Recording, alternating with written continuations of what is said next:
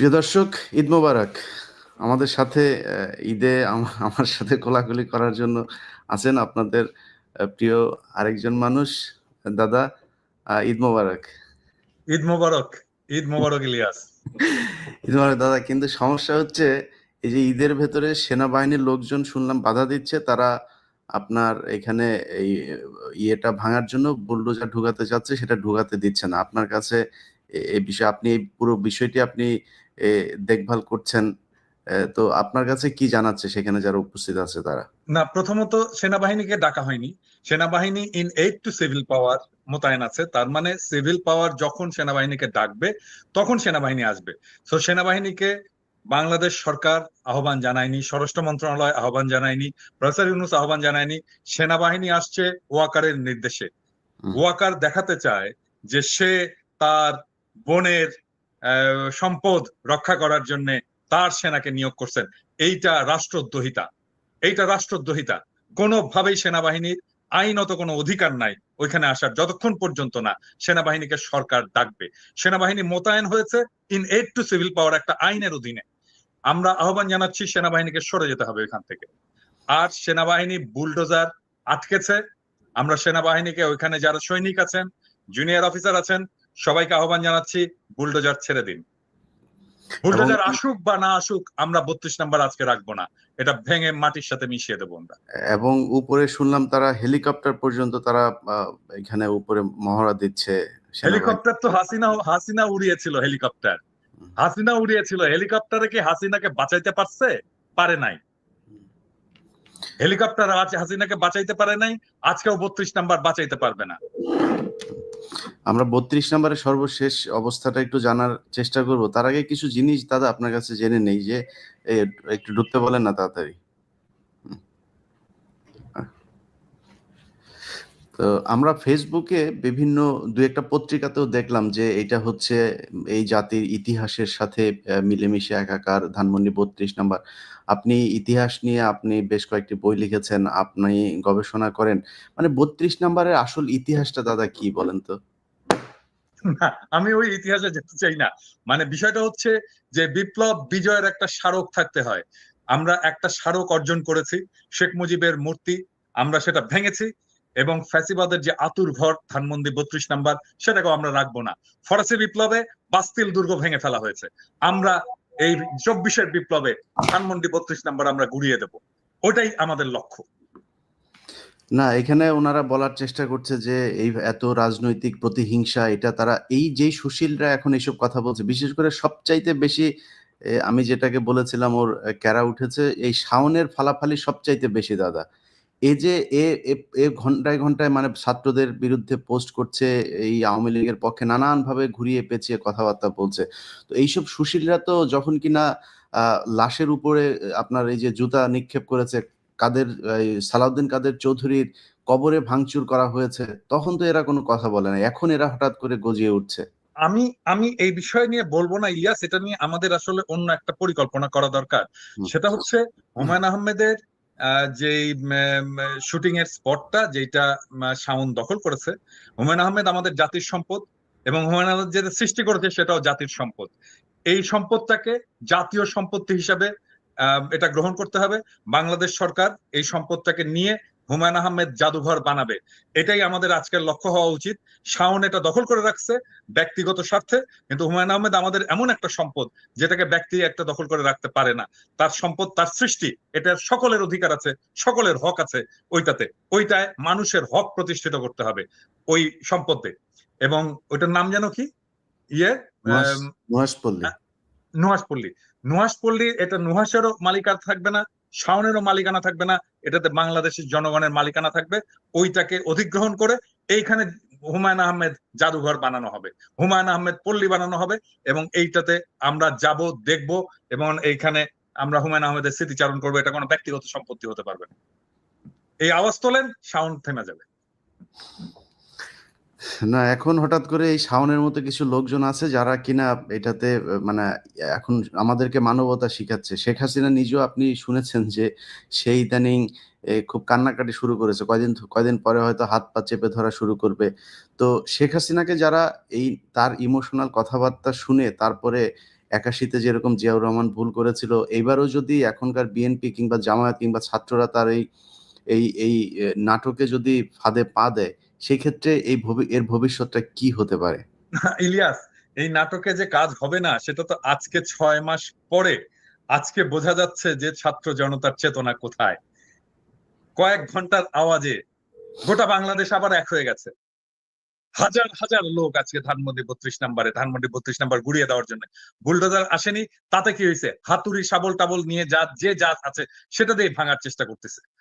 এবং এবং এইটা আজকের ঘটনাটা খুবই জরুরি ছিল, এটা বোঝানোর জন্য যে বিপ্লবের আগুন এখনো নিভে যায়নি, শহীদের রক্ত শুকায়নি, এবং আমরা বিপ্লবের লক্ষ্য অর্জন করবই।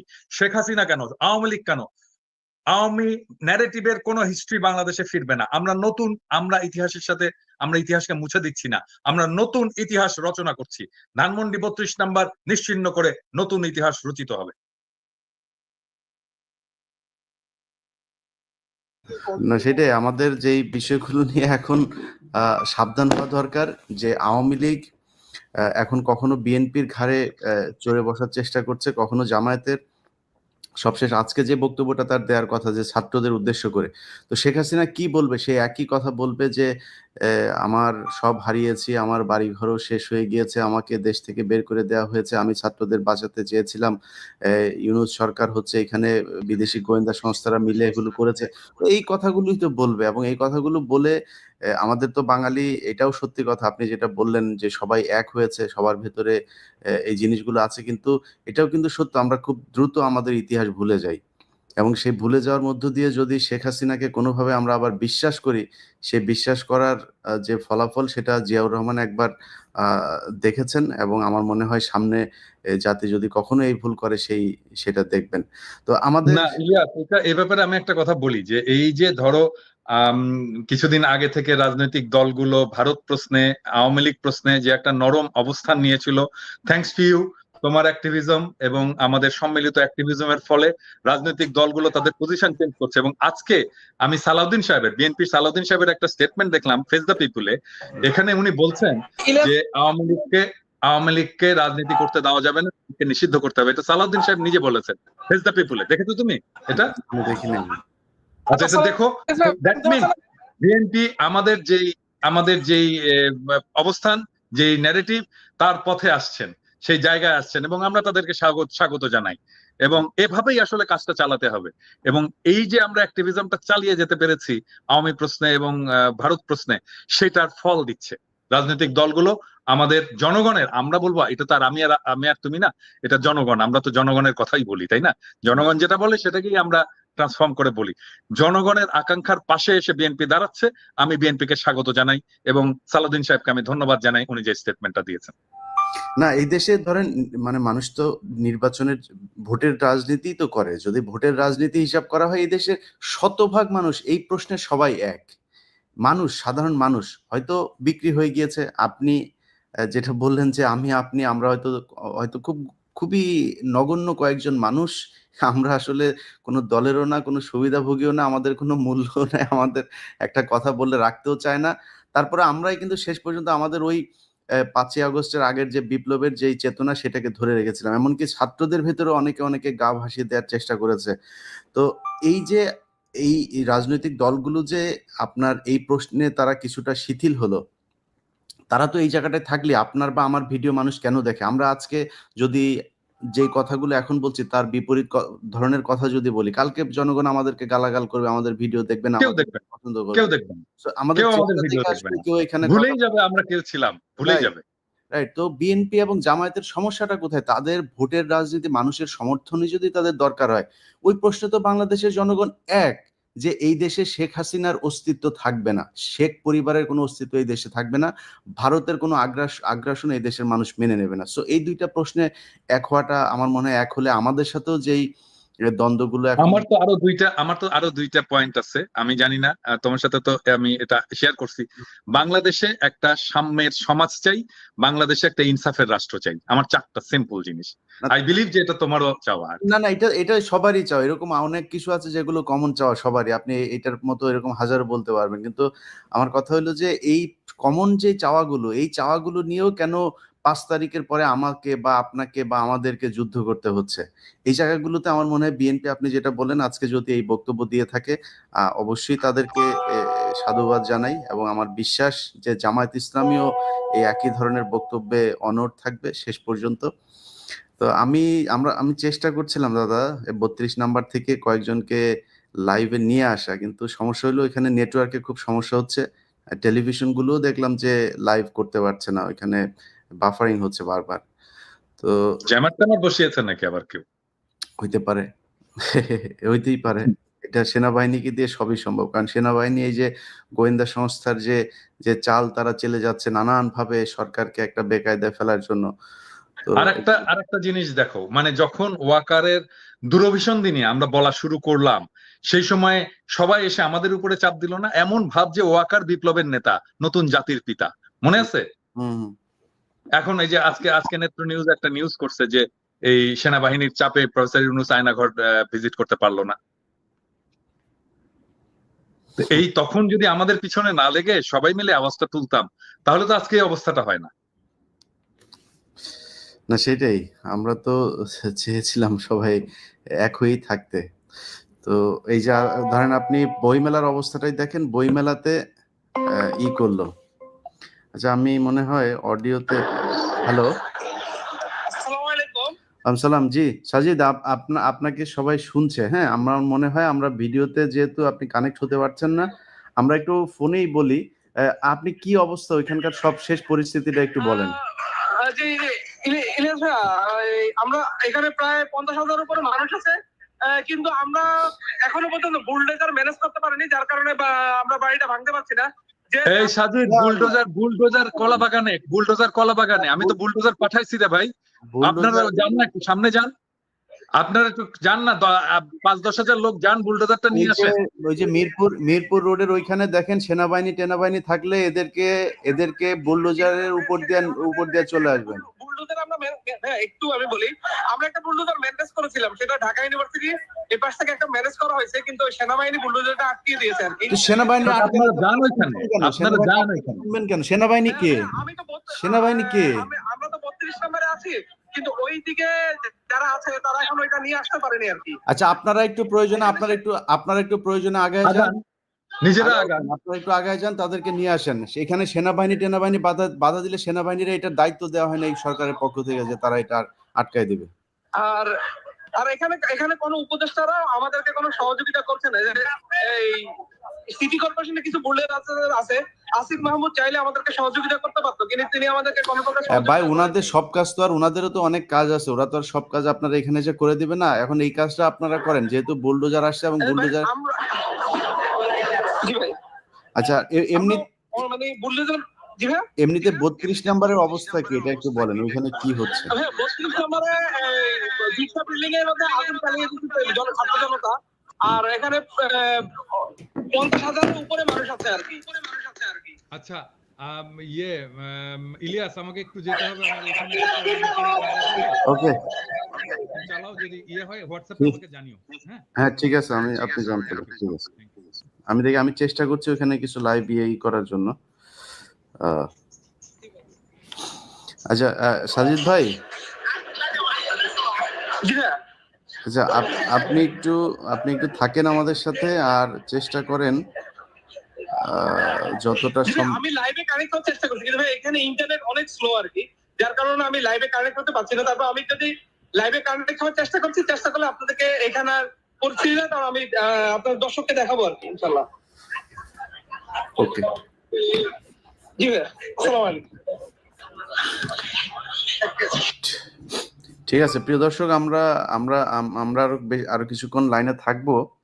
তো যে জিনিসটা দেখাইতে চাচ্ছি যে যে কারণে এটার আসলে মূলত আমি এবং পিনাকিদা আমরা যে কারণে মনে করলাম লাইভটা করা দরকার, যে জনগণের সাথে আমাদের থাকাটা মনে হয় জরুরি, এবং এটা জানানো দরকার যে ছাত্ররা একা না, এবং ছাত্র জনতা যারা এখানে আজকে এই এই এই বিষয়টাতে যারা নেতৃত্ব দিচ্ছেন, তাদের সাথে আমরা বাংলাদেশের মানুষজন আমরাও আছি। সো আমাদেরকে এটা মনে করবার কোনো কারণ নাই সেনাবাহিনী বা পুলিশ কেউ এসে তারপরে তাদেরকে বাধা দেবে আর তারা চুপ করে থাকবে। আপনি আজকে বাধা দেবেন, কালকে এটা আরো জোরালো যাবে, আরো জোরালো কর্মসূচি নেওয়া হবে। আপনি কি করবেন তখন? মাঝখান দিয়ে আপনার এই যে আপনি যে করলেন, এই যে এই কাজগুলো যে করলেন, এটা আমরা জেনে রাখবো।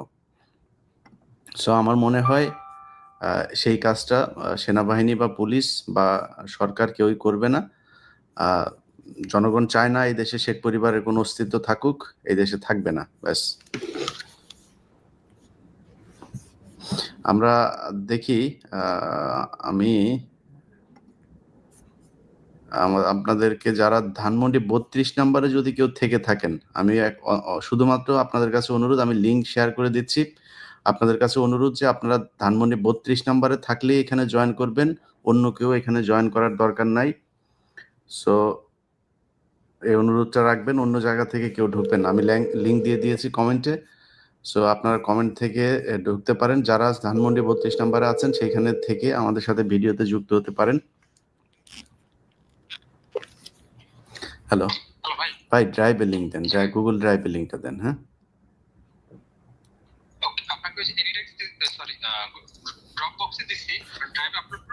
হ্যাঁ, হ্যাঁ, ড্রাইভে আপলোড করে দেন।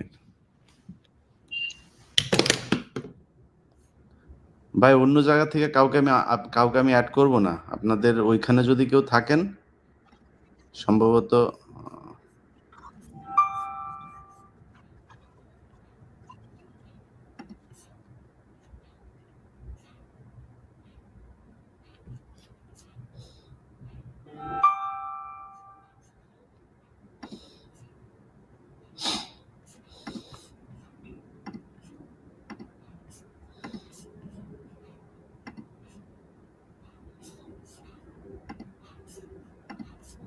আমরা চেষ্টা করছি যে ধানমন্ডি 32 নম্বরে যদি কেউ থাকে তাকে কানেক্ট করাতে।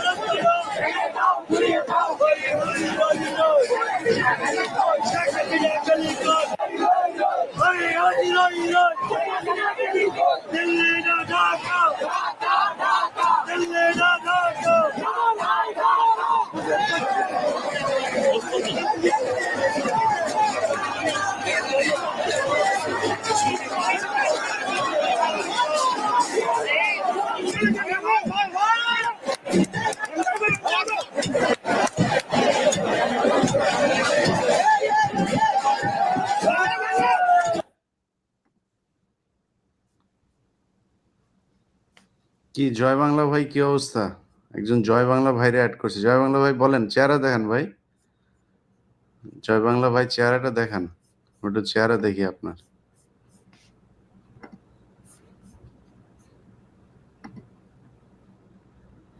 আমরা ধানমন্ডি 32 নম্বরে কি হচ্ছে সেই বিষয়গুলো আপনাদের দেখাচ্ছি।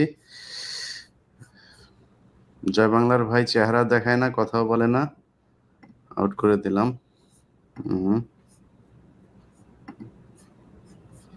আচ্ছা, এটা দেখে দেওয়া যায় না।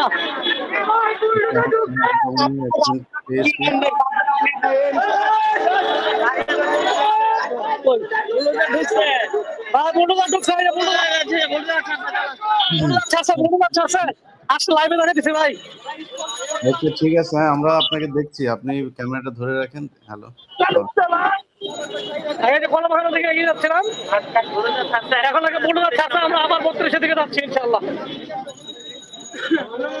না,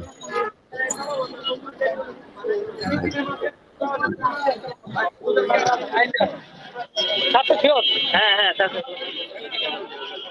মিটিং হচ্ছে, মিটিং কি অবস্থা আছে?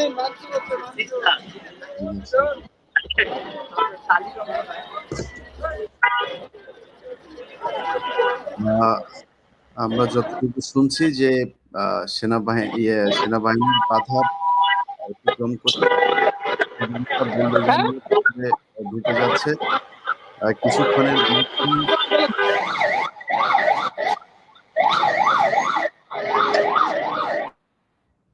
কিছুক্ষণের মধ্যেই আশা করি ধানমন্ডি 32 নাম্বারকে জয় বাংলা করা হবে। আবুল হাসান ভাই, আপনাদেরকে আমি দেখছি কিন্তু দর্শক দেখছে না ভাই। আজকে আমরা এই বিষয়টা নিয়ে আছি তো আপনাদেরকে আজকে কানেক্ট করতে পারছি না, এই জন্য দুঃখিত। পরে ইনশাল্লাহ একদিন কথা হবে। একবার জি জি বলেন বলেন। আসসালামু আলাইকুম ভাই, আমি আপনাকে সালাম না দিয়ে পারলাম না, আপনি আমাদের কলিজার ভাই। অনেক আমরা আজকে যে হ্যাঁ হ্যাঁ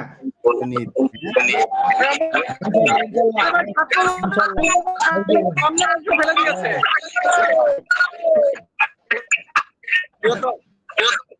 দেখেন এই দেশে সময়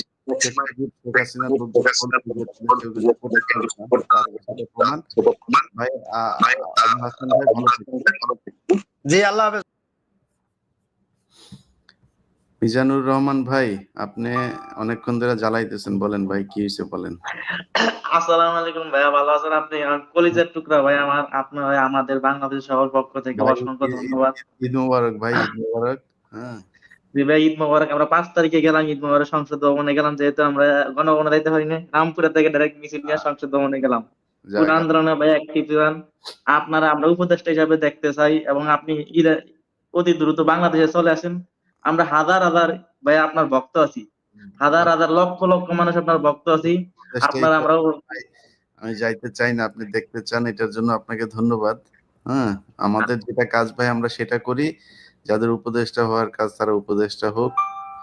তো দোয়া করেন, ভালো থাকেন। হ্যাঁ দেখেন ধানমন্ডি আপনাকে পিনাকি দাদাকে আমরা বাংলাদেশের সবাই দেখতে চাই, উপদেষ্টা হিসেবে দেখতে চাই। আপনি দ্রুত আমাদের সাথে আমাদের বাংলাদেশে চলে আসেন। বাংলাদেশে যে কোনো সময় দেখতে পারেন, আমরা অপেক্ষায় আছি। তারেক রহমান যদি ভাইয়া আপনার ওই ভিডিওটা আমার এখনো মনে পড়ে যে আপনি বিমানে থেকে বলছেন শেখ হাসিনা যেদিন পালাইবে ওই দিন বিমানে করে আপনি এয়ারপোর্টে সালাম দিয়ে নামবেন, ওইটার কথা এখনো মনে পড়তেছে যে ভাইয়া। ইনশাল্লাহ আমরা তারেক রহমানের অপেক্ষায় আছি। তারেক রহমান দেশে ঢুকুক, তারপর ইনশাল্লাহ আমরা যাব ইনশাল্লাহ। ভাইয়া আপনাকে সর্বোচ্চ নিরাপত্তা দেওয়া হবে। আমি তো স্বৈরাচার নাই, 5 তারিখ তো স্বৈরাচার পালাই গেছে, এখন আপনি আসতে পারেন নির্দ্বিধায়। বাংলাদেশ অনেক শান্তশিষ্ট পরিবেশ আছে, দানকারী। হ্যাঁ ঠিক আছে ভাইজান, মিজানুর ভাই ভালো থাকেন। হ্যাঁ ঠিক আছে ভাই, আসসালামু আলাইকুম। বাংলাদেশে আসলে দেখা হবে। আসসালামু আলাইকুম। আসসালামু আলাইকুম। জয় বাংলা জয় বঙ্গবন্ধু নামে এই একজনকে অ্যাড করেছি ভাই। আপনারা আপনার চেহারা দেখেন ভাই, চেহারা দেন। আমি আজকে জয় বাংলার লোক যারা আছে তাদের সবাইকে ঢুকাবো। ধানমন্ডি 32 নাম্বার নামে একটা দেখলাম, ওইটা কই? এই জয় বাংলা জয় বঙ্গবন্ধু লেখা আইডি ভাই, আপনি চেহারা দেখেন। আপনার কথা শুনতে চাই আমরা, চেহারাটা দেখেন। চেহারা দেখেন, চেহারা না দেখালে আপনারা আমি অডিও অন করবো না। চেহারা দেখেন, আপনারা অডিও অন করবো। বলতি না, বলতে মনে আছে? দেশে আয়। এখন মুখ লুকায় আসিস কেন ভাই? তোরা এত সাহসী লোকজন, মুখ ওপেন কর, ওপেন করে তারপরে দে, তারপরে দেখ তোরে কই থেকে তোরে ধরে আনি, তুই দেখ। পাগল কোথাকার।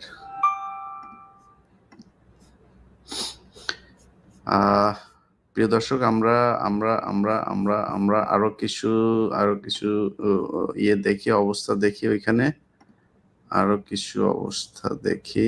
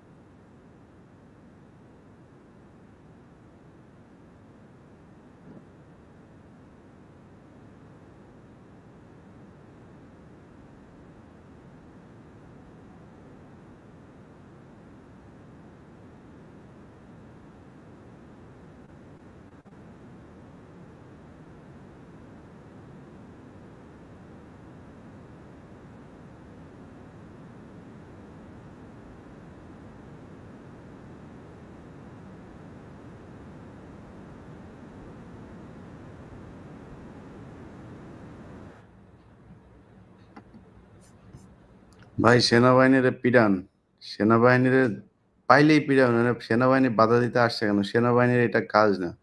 সেনাবাহিনী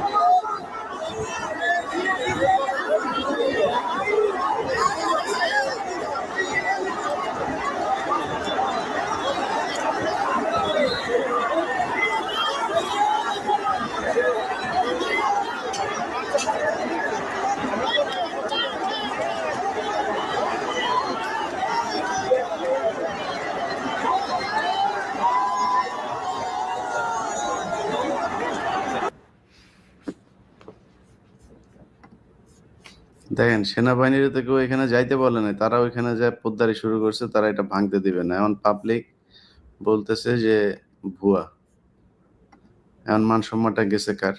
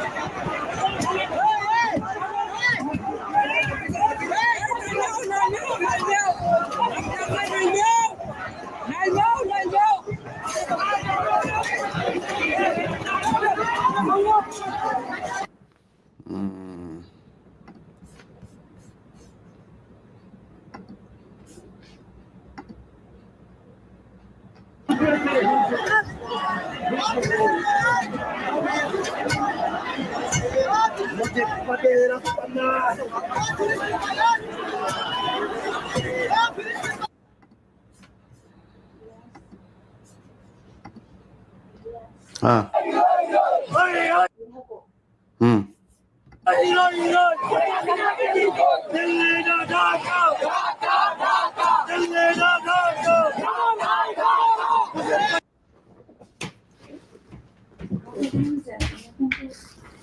go ahead.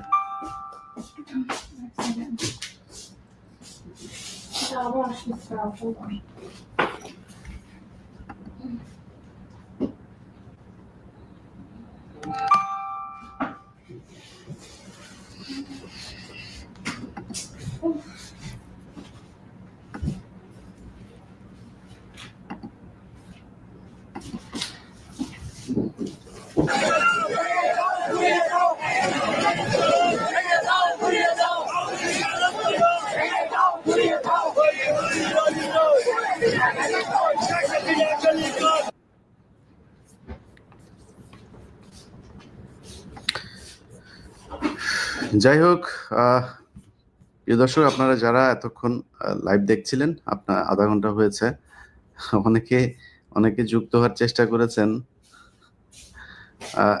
পূজারীর শেখ পূজারীর দেবতা, দেখি পূজারীর দেবতা ভাই কে, আমি একটু দেখি কিনা। ও ভাই, আসসালাম ভাই, আপনি তো নাম দেখে মনে করলাম পূজারীর দেবতা হিন্দু মনে হয়। না ভাই, কেন হিন্দু হবো? এই যে আজকে যে শেখ মুজিবের যে মাজারটা, এটা রক্ষায় যদি যারা পলায় নাই, দেশে চিপা চাপায় লুকায় আছে, তারা যদি এই মাজারটা রক্ষা করতে না আসে ভাই, তারা আসলেই ইন্ডিয়ার মানে বীর্য থেকেই আসছে এবং তাদের পিতা দেবদাস। এটা আজকে একেবারে লিখে দেন, মানে এই জিনিসটা 300 টাকা 1000 টাকার স্টাম্পে এই জিনিসটা লিখে হয়ে যাক।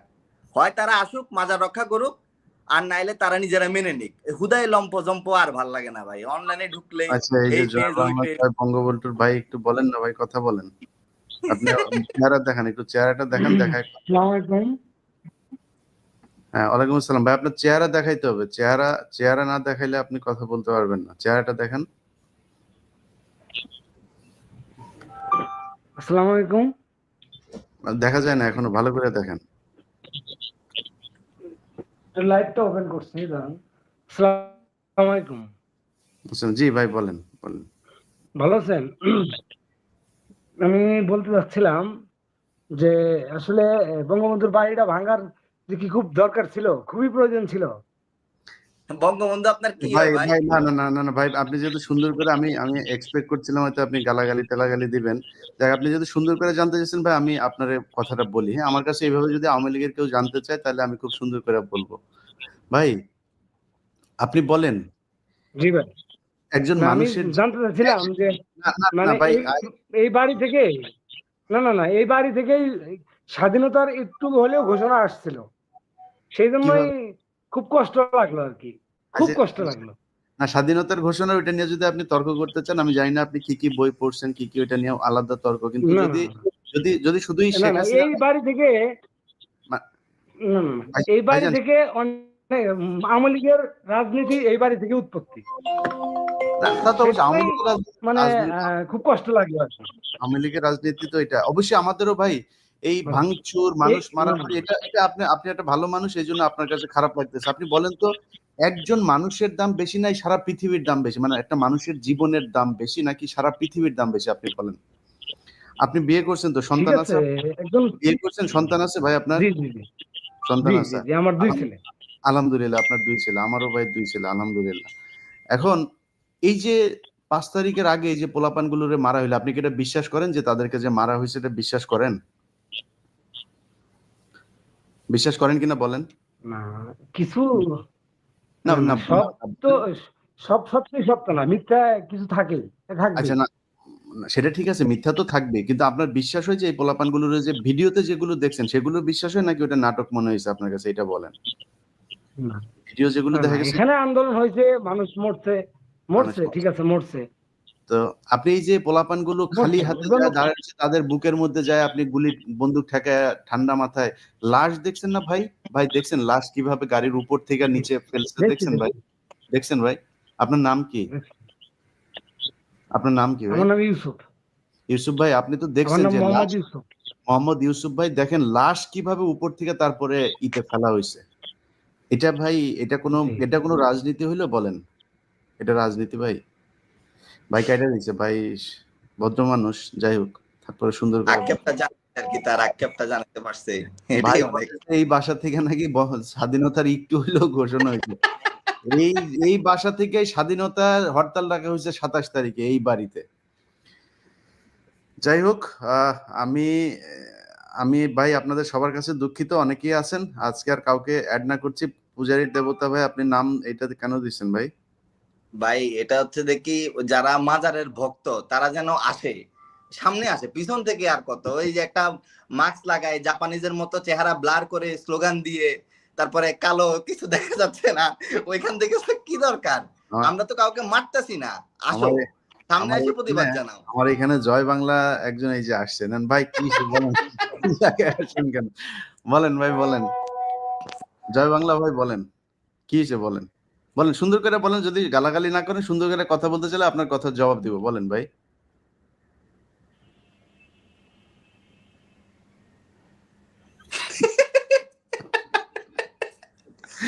কি হয়েছে ভাই, সমস্যা কি? আনমিউট করে হ্যাঁ, ইয়ে খোলেন, এটা খোলেন, খোলেন। আপনি গালাগালি দিতেছেন বুঝতে পারছি, কিন্তু এটা খোলেন, মারবেন, ও মারবে, আমার মারবে। কি ভাই এরকম হাতুম করতেছেন কেন ভাই? এটা খুলে ফেলেন। এটা কি হয়েছে বলেন, বলেন। ই খোলেন, খুলে ফেলেন।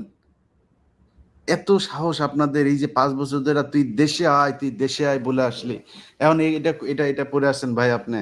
আর আপনাদের এই যে আব্বার জন্য আপনাদের এত দরদ, এই যে 32 নম্বরে জয় বাংলা করে এই দেশে যান না একটু প্লিজ, যান। আপনার কথা তো পাবলিক শুনবেন। আপনার বলছি চেহারা ওপেন করেন, আমি কথা দিচ্ছি, চেহারা ওপেন করেন, আমি আপনার কথা বলতে দেব। চেহারা ওপেন করেন, ওপেন করেন চেহারা। আপনারা এই 50 বছর বলে আসছেন 75-এ যেদিন আপনার বাপেরে মারছে সেদিন নাকি মানুষ মিষ্টি খাইতে রাস্তায় নামে নাই, আপনারাই নাকি নামছিলেন। আজকে প্রমাণ হয়ে গেল যে আপনারা আপনার বাপেরে বাঁচাইতে সেদিনও যান নাই, আজকেও আসেন নাই। যান না কেন আপনারা? যান। এখন আপনি ঘুমটা পড়ে তারপরে আপনি এখানে আসেন গালাগালি করতে। ঘুমটা পড়ছেন, ঘুমটা খোলেন, এইটুক সাহস নাই? আমরা তো এতদিন ভাই এরকম মাস্ক পরে তারপরে কথা বলি নাই, আমরা তো মাস্ক খোলা অবস্থায় চেহারা দেখায় তারপরে আসছি। এখন আপনারা ঘুমটা পরে তারপর গালাগালি করতে আসেন কেন? যাই হোক, বাংলাদেশের মানুষ, আপনারা যারা ভিডিওটা দেখলেন, আমরা 37 মিনিটের ভিডিও, আমাদের অনুষ্ঠানের শুরুতেই আপনারা জানেন যে পিনাকি এবং আমরা দুইজন মিলে ভিডিওটা শুরু করেছিলাম শুধু এই মেসেজটা দেওয়ার জন্য সেনাবাহিনীকে, যে সেনাবাহিনী যেন কোনো ধরনের রাজনৈতিক হাতিয়ার হিসাবে আর ব্যবহার না হয়। সেনাবাহিনীর প্রতি আমাদের সম্মান আছে, আমরা শক্তিশালী একটা সেনাবাহিনী চাই। আমরা সেনাবাহিনী, জিয়াউর রহমান, শেখ মুজিবুর রহমান, তাদের প্রতি সম্মান থাকবে, কোনো সমস্যা নাই। কিন্তু যারা জীবিত আছে, জীবিত থেকে রাজনীতি করবে, তাদের কোনো দলের পক্ষ হয়ে কাজ করবে না। সেটা তারেক রহমান হোক আর সজীব ওয়াজেদ জয় হোক, কারোর পক্ষ হয়ে কাজ করবে না। তারা নিরপেক্ষ থাকবে, সাধারণ মানুষ যেটা চায় সেই পক্ষে কাজ করবে। আজকে 32 নম্বর বাংলাদেশের মানুষ ভাঙতে চেয়েছে, সেখানে দুই গ্রুপের মধ্যে মারামারি হয় না। আওয়ামী লীগের লোকজন আসে নাই 32 নম্বর বাঁচাইতে, আর পাবলিক ভাঙতে যায় না, এরকম না। পাবলিক ভাঙতে গিয়েছে, ওইখানে বিপরীত পক্ষ থেকে কেউ বাধা দিতে যায় নাই। সো আপনি কেন কার পক্ষে যাইতে যাচ্ছেন? আপনি তো জনগণের পক্ষে যান না। জনগণ চাচ্ছে এটা ভাঙতে, জনগণ ভাঙতে চায়, ভাঙতে দিতে হবে। এবং এটা যদি না দেন, আজকে না দিলে কালকে আরো বড় দেওয়া হবে। এক একটা বুলডোজার ভাড়া করতে বহুত টাকা লাগে। সো এই যে আপনারা বাধা দিয়া যে আজকে যদি কোনো ধরনের ঝামেলা তৈরি করার চেষ্টা করেন, মাঝখান দিয়ে আপনারা কালার্ড হবেন। যে ক্যান্টনমেন্টে এখনো আওয়ামী লীগের প্রেতাত্মারা ঘুরে বেড়াচ্ছে, যে কারণে জনগণ যা চায় সেটা করতে দিচ্ছে না। সেনাবাহিনী এখনো আওয়ামী লীগের বাহিনী হিসাবে কাজ করছে। অতএব এটা মাথায় রাখতে হবে। আর আওয়ামী লীগের ভাইরা, একটা ভাই খুব ভদ্র, ওনাকে আমার খুব ভালো লেগেছে, মোহাম্মদ ইউসুফ ভাই। উনি কথা বলতে চেয়েছেন, চেহারা দেখিয়েছেন, আমি ওনাকে এনেছি, কথা বলার সুযোগ দিয়েছি। আওয়ামী লীগের কেউ মানে খুব নিচের শ্রেণীর কোনো আওয়ামী লীগের কর্মীও যদি আমার সাথে কথা বলতে চান, ভাই আপনাদেরকে বলবো যে আমি কয়েকটা বইয়ের নাম বলবো।